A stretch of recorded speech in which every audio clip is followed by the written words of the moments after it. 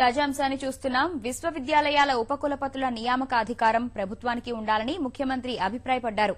రాష్ట్ర అవసరాలకు తగ్గట్టుగా విశ్వవిద్యాలయ చట్టాలు రూపకల్పన చేసి వాటి పాలన వ్యవస్థను గాడిన పెట్టాలని అన్నారు.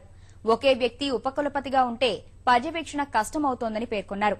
విశ్వవిద్యాలయాల ప్రాధాన్యతకు అనుగుణంగా నిపుణుల నియామకం చేపట్టాలని, ఉపకులపతులు, రిజిస్ట్రార్ల నియామకానికి అవసరమైన మార్గదర్శకాలు రూపకల్పన చేయాలని చెప్పారు. హైదరాబాద్ జేఎన్టీయూ రిజిస్ట్రార్ గా ఆచార్య యాదయ్యను నియమించారు. రాష్ట్రంలోని ప్రస్తుత విశ్రాంత పాత్రికేయులకు ఆరోగ్య కార్డులు ఇవ్వాలని ముఖ్యమంత్రి ఆదేశించారు. ఈ మేరకు ఆరోగ్య కార్డుల దస్త్రంపై సంతకం చేశారు.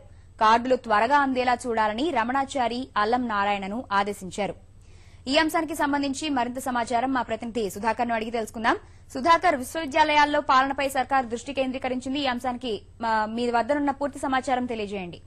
భార్గవి, విశ్వవిద్యాలయాలకు సంబంధించిన చట్టాల మార్పుపై ముఖ్యమంత్రి కేసీఆర్ ఇవాళ క్యాంప్ కార్యాలయంలో ఒక ముఖ్యమైన సమావేశాన్ని నిర్వహించారు. ఇందులో ఉప ముఖ్యమంత్రి కడియం శ్రీహరితో పాటు వైద్య ఆరోగ్య శాఖ మంత్రి లక్ష్మారెడ్డి, అదేవిధంగా విద్యాశాఖ అధికారులు, ప్రధాన కార్యదర్శి రాజేష్ శర్మ పాల్గొన్నారు. ప్రధానంగా విశ్వవిద్యాలయాలకు సంబంధించినటువంటి The person you have called has put you